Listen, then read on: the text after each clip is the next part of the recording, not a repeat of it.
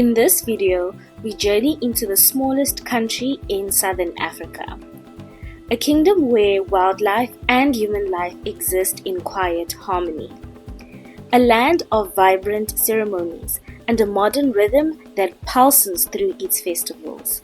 This is Eswatini.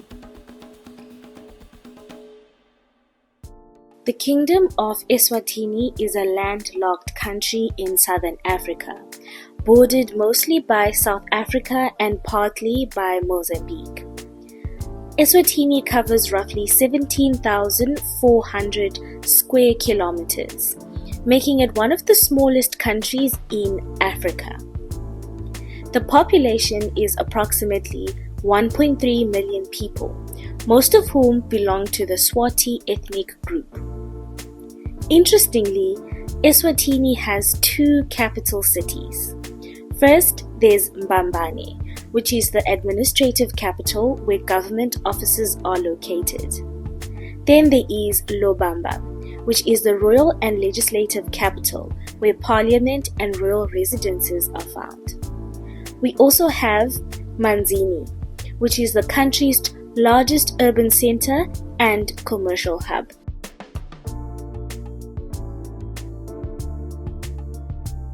Although Eswatini is small, its landscape is surprisingly diverse.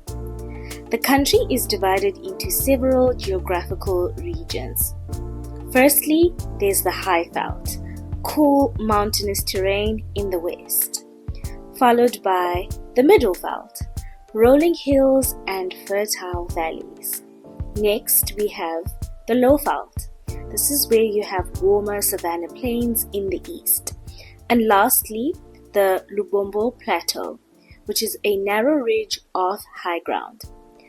This variation in altitude creates different climates and ecosystems within a relatively small area.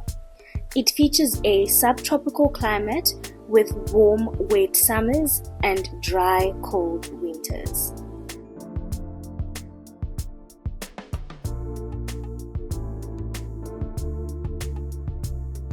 The story of Eswatini begins in the mid-18th century when Nguni-speaking groups settled in the region under the leadership of King Ngwane III, the founding figure of the Swati nation. But it was under King Mswati II in the 19th century that the kingdom truly took shape. Between 1840 and 1868, he expanded and consolidated the territory, leaving such a lasting legacy that the country would eventually take its name from him, Eswatini. As the kingdom grew, so did foreign interest. By 1894, Eswatini had fallen under the control of the South African Republic, also known as the Transvaal. But this would not last long. Following the Second Anglo-Boer War in 1902, Britain took over, and the territory had become a British protectorate known as Swaziland. Colonial rule would shape the country for decades until a defining moment in its history. September 6, 1968, the day Swaziland gained independence. For the next 50 years, the country retained its colonial-era name, but in 2018, celebrations marking half a century of independence, King Mswati III made a symbolic and powerful decision. He announced that the nation would return to its original identity. From that moment on, it would be known as the Kingdom of Eswatini, the land of the Swati. One of the most unique things about Eswatini is its political system. The country is ruled by a monarchy, with His Majesty King Mswati III as head of state. In fact, Eswatini is often described as one of the last absolute monarchies in the world, meaning the king holds significant political authority. The king appoints the prime minister as well as key members of government. Traditional leadership and cultural institutions also play an important role in governance and social life. Now, let's talk about Eswatini's economy. Agriculture still plays a crucial role in daily life. Around 70% of the population lives in rural areas, and many families depend on farming, either for income or food security. While crops like maize are widely grown for subsistence, Eswatini's agricultural economy is driven by a few key commercial industries, led by sugarcane, which dominates exports, followed by forestry, citrus, cotton, also including livestock. The sugar industry is one of the largest contributors to Eswatini's economy.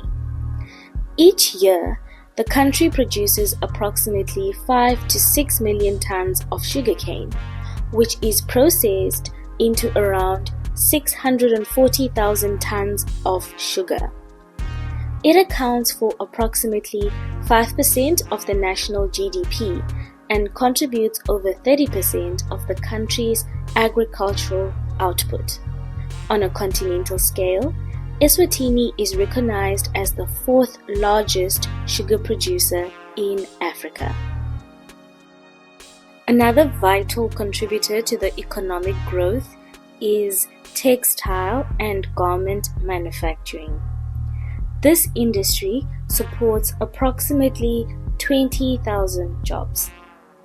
Because of its strategic focus, the industry is primarily geared towards the South African and US market. In fact, roughly 89% of these exports are destined for South Africa, while 7% head to the United States.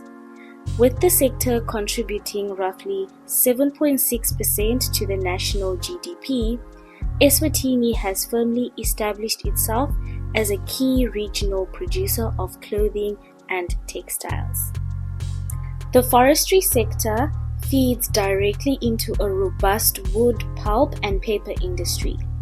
These operations are sustained by vast plantations consisting mainly of pine and eucalyptus trees. These forests are more than just scenery.